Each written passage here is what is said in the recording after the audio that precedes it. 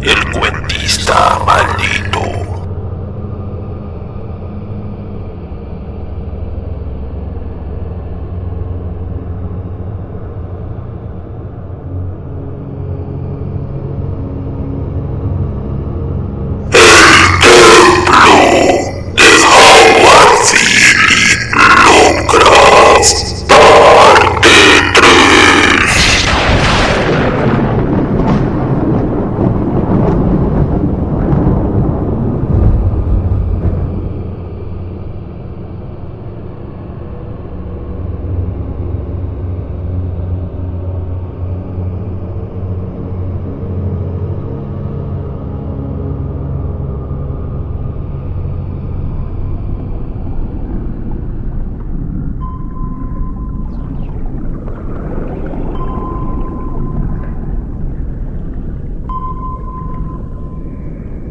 Así que mientras él subía la escalerilla, yo acudí a las palancas y, guardando el pertinente intervalo, accioné la maquinaria que le envió a la muerte.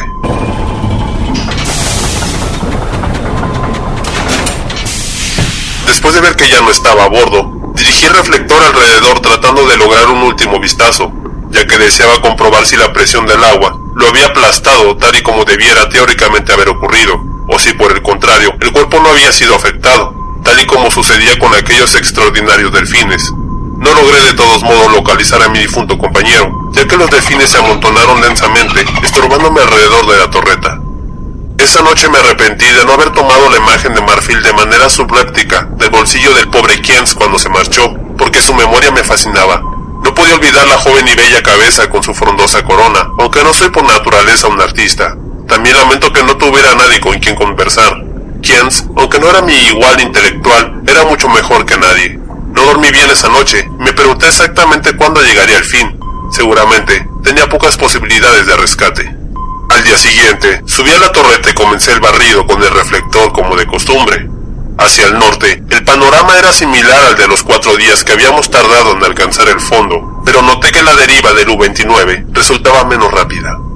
Según paseaba el haz por el sur, advertí que el suelo oceánico a proa tomaba un pronunciado declive y aparecían bloques de piedra, curiosamente regulares en algunos lugares, dispuestos como si respondieran a algún patrón.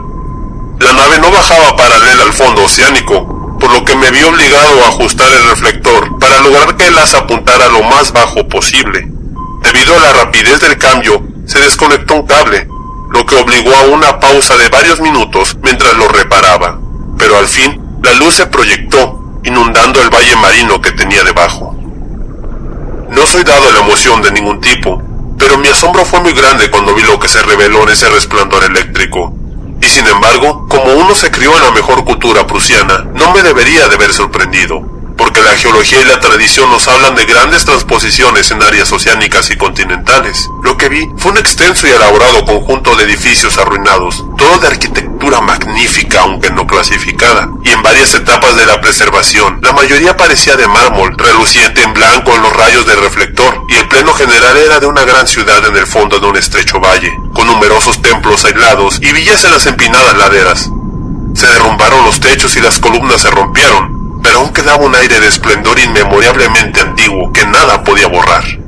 Confrontado al fin con la Atlántida que antes había considerado en gran medida un mito, yo era el más ansioso de los exploradores. En el fondo de ese valle había fluido un río, pues al examinar la escena más de cerca, vi los restos de puentes de piedra y mármol y murallas de mar, terrazas y terraplanes, una vez verdes y hermosos. Con mi entusiasmo me volví tan idiota y sentimental como el pobre Kienz, y tardé mucho en notar que la corriente hacia el sur había cesado por fin, permitiendo que el U-29 se instalara lentamente sobre la ciudad hundida, como un avión aterriza sobre una ciudad de la tierra superior. Yo también tardé en darme cuenta de que el banco de delfines inusuales había desaparecido. En un par de horas, la nave fue a descansar sobre una plaza pavimentada cerca de la pared rocosa del valle. A un lado podía ver toda la ciudad descendiendo desde la plaza a la antigua orilla del río. Al otro extremo, en una estrecha proximidad, me encontré con la fachada ricamente ornamentada y perfectamente conservada de un gran edificio, evidentemente un templo, excavado en la roca.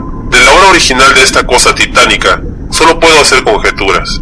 La fachada, de inmensa magnitud, cubre aparentemente un gran hueco continuo, ya que sus ventanas son muchas y ampliamente distribuidas. En el centro bosteza una gran puerta abierta, alcanzada por un impresionante tramo de escalones y rodeada de exquisitas tallas como las figuras de los bacanales en relieve.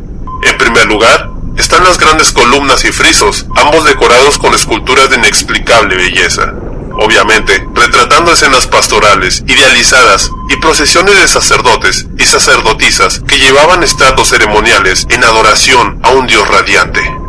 El arte es de la perfección más fenomenal, en gran parte helénico en la idea, pero extrañamente individual. Transmite una impresión de terrible antigüedad como si fuera el más remoto, más que el antepasado inmediato del arte griego. Tampoco puedo dudar que cada detalle de este producto masivo fue formado a partir de la roca virgen de la ladera de nuestro planeta. Es evidentemente una parte de la pared del valle, aunque cómo el extenso interior fue excavado, no lo puedo imaginar.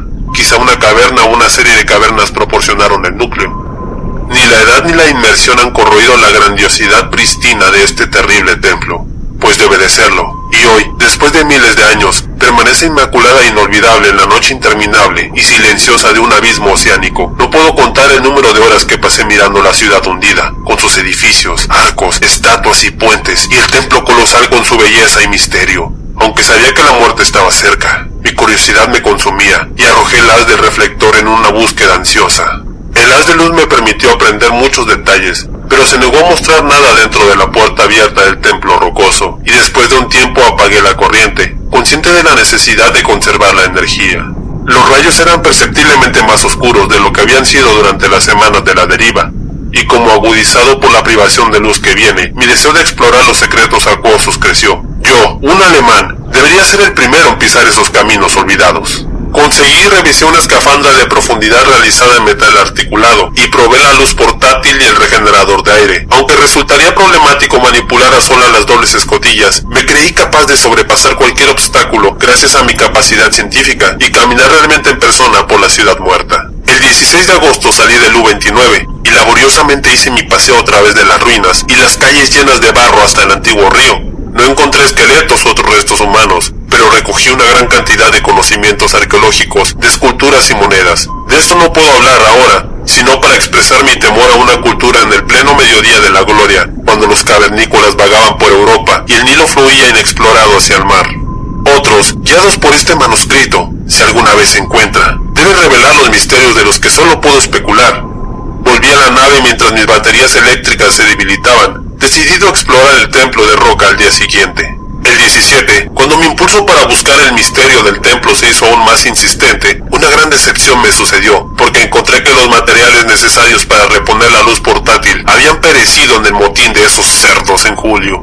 Mi rabia era ilimitada, pero mi sentido alemán me prohibía aventurarme sin preparación en un interior completamente negro, que pudiera ser la guarida de algún indescriptible monstruo marino o un laberinto de pasajes de cuyos arrollamientos nunca podría liberarme.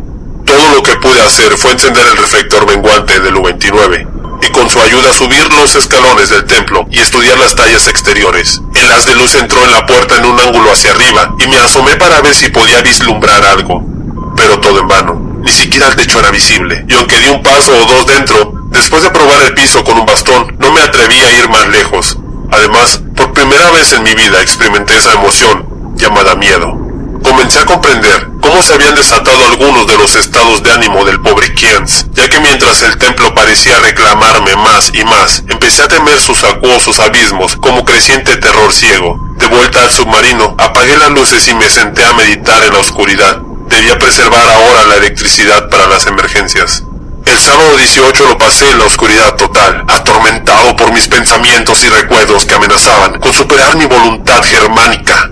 Kienz se había vuelto loco y había muerto antes de llegar a este último remanente de un pasado irracionalmente remoto, y me había aconsejado ir con él.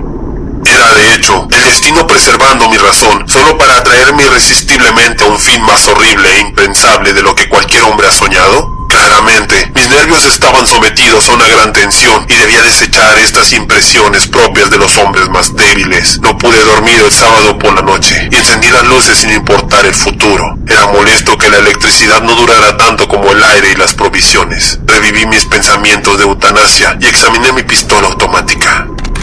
Hacia la mañana me debía haber dormido con las luces encendidas, pues me desperté en la oscuridad ayer por la tarde para encontrar las baterías muertas. Encendí varios fósforos sucesivamente y lamenté desesperadamente la insensatez que me había llevado a malgastar hacía mucho tiempo las pocas velas que llevábamos. Tras apagarse la última vela que me atreví a gastar, me senté en completa inmovilidad, sin luces, mientras reflexionaba sobre el inevitable fin. Mi mente volvía a los sucesos previos y desarrollaba una impresión hasta entonces inactiva que habría hecho temblar a un hombre más débil y supersticioso. La cabeza del dios radiante en las esculturas del templo de roca es la misma que el pedazo de marfil tallado que el marinero muerto trajo del mar y que el pobre Kienz devolvió al mar. Yo estaba un poco aturdido por esta coincidencia, pero no me aterrorizó. Solo el pensador inferior se apresura a explicar lo singular y lo complejo mediante el atajo primitivo del sobrenaturalismo. La coincidencia era extraña, pero yo era demasiado razonable para relacionar circunstancias que no admitían conexión lógica o para asociar de manera extraña los desastrosos acontecimientos que habían conducido desde el asunto del Victoria a mi situación actual. Mi estado nervioso se reflejaba en mis sueños, porque parecía oír los gritos de las personas que se ahogaban y ver caras muertas presionando contra las troneras de la nave, y entre los rostros muertos estaba el rostro vivo y burlón de la juventud con la imagen de marfil. Debo de tener cuidado de cómo registro mi despertar hoy, porque estoy tenso y muchas de mis alucinaciones están necesariamente mezcladas con los hechos. Psicológicamente, mi caso es muy interesante y lamento que no pueda ser observado científicamente por una autoridad competente alemana. Al abrir mis ojos, mi primera sensación fue un deseo excesivo de visitar el templo de roca, un deseo que crecía a cada instante, pero que buscaba automáticamente resistir a través de alguna emoción de miedo que operaba en la dirección inversa. A continuación, me llegó la impresión de luz en medio de la oscuridad, causada por las baterías muertas, y me pareció ver una especie de resplandor fosforescente en el agua, a través de la escotilla que se abría hacia el templo. Esto despertó mi curiosidad, pues no conocía ningún organismo abismal capaz de emitir semejante luminosidad. Pero antes de que pudiera investigar, me llegó una tercera impresión que, debido a su irracionalidad, me hizo dudar de la objetividad de lo que mis sentidos pudieran registrar. Era una ilusión auditiva, una sensación de sonido rítmico y melódico, como de un canto salvaje pero hermoso, o de un himno coral, que viene desde el exterior a través del casco absolutamente insonorizado del U-29.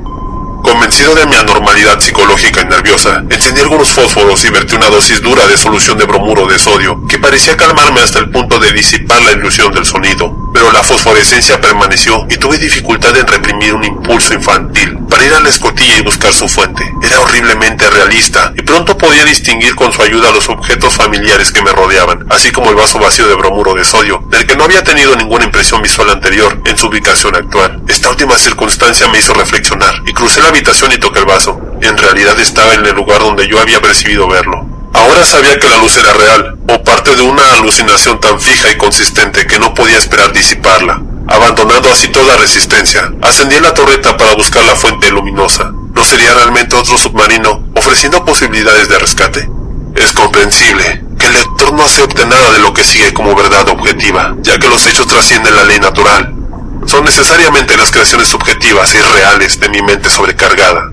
Cuando alcancé la torreta, encontré el mar en general mucho menos luminoso de lo que esperaba. No había fosforescencia animal o vegetal, y la ciudad que se inclinaba hacia el río seguía invisible en la oscuridad. Lo que sí vi no era espectacular, ni grotesco ni aterrador, pero me quitó el último vestigio de confianza en mi conciencia, porque la puerta y las ventanas del templo submarino tallado en la colina rocosa estaban vivamente iluminados por un resplandor vacilante, como por una poderosa llama del altar que yacía en el interior. Los siguientes incidentes son caóticos. Mientras miraba fijamente la puerta y las ventanas misteriosamente iluminadas, sufría las visiones más extravagantes. Visiones tan extravagantes que ni siquiera puedo relacionarlas. Imaginé que distinguía objetos en el templo, objetos tanto estacionarios como móviles, y parecía oír de nuevo el canto irreal que había flotado alrededor mío cuando me desperté. Y sobre todo, se elevaban pensamientos y miedos centrados en el joven del mar, y la imagen de marfil cuya escultura se duplicaba en el friso y las columnas del templo ante mí. Pensé en el pobre Kienz y me pregunté, ¿dónde descansaría su cuerpo con la imagen que había llevado al mar?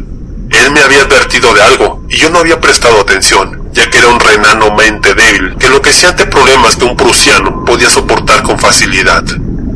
El resto es muy simple. Mi impulso impulso de visitar y entrar en el templo se ha convertido ahora en un mandato inexplicable e imperioso que en última instancia no se puede negar. Mi propia voluntad germánica ya no controlará mis actos, y la propia elección solo será posible ahora en asuntos menores. Tal demencia fue lo que llevó a Kienz a morir con la cabeza desnuda y desprotegido en el océano. Pero yo soy un prusiano y un hombre de razón, y usaré hasta el último recurso que tengo. Cuando supe por primera vez que debía acudir, preparé mi traje de buceo, mi escafandra, mi regenerador de aire para uso inmediato, e inmediatamente comencé a escribir esta crónica apresurada con la esperanza de que llegue algún día al mundo. Yo sellaré el manuscrito en una botella y lo confiaré al mar, mientras dejo Lu 29 para siempre. No tengo miedo, ni siquiera las profecías del demente de Kienz. Lo que he visto no puede ser real, y sé que este trastorno de mi propia voluntad tan solo puede llevarme a la muerte por asfixia una vez se me agote el aire. La luz del templo es una completa ilusión, y moriré en calma, como un alemán en las oscuras y olvidadas profundidades. Esa risa demoníaca que escucho mientras escribo procede únicamente de mi cerebro debilitado, así que me colocaré meticulosamente en la escafandra y caminaré resuelto los peldaños que conducen a ese santuario primitivo, ese silencioso secreto de las insondables aguas y los incontables años.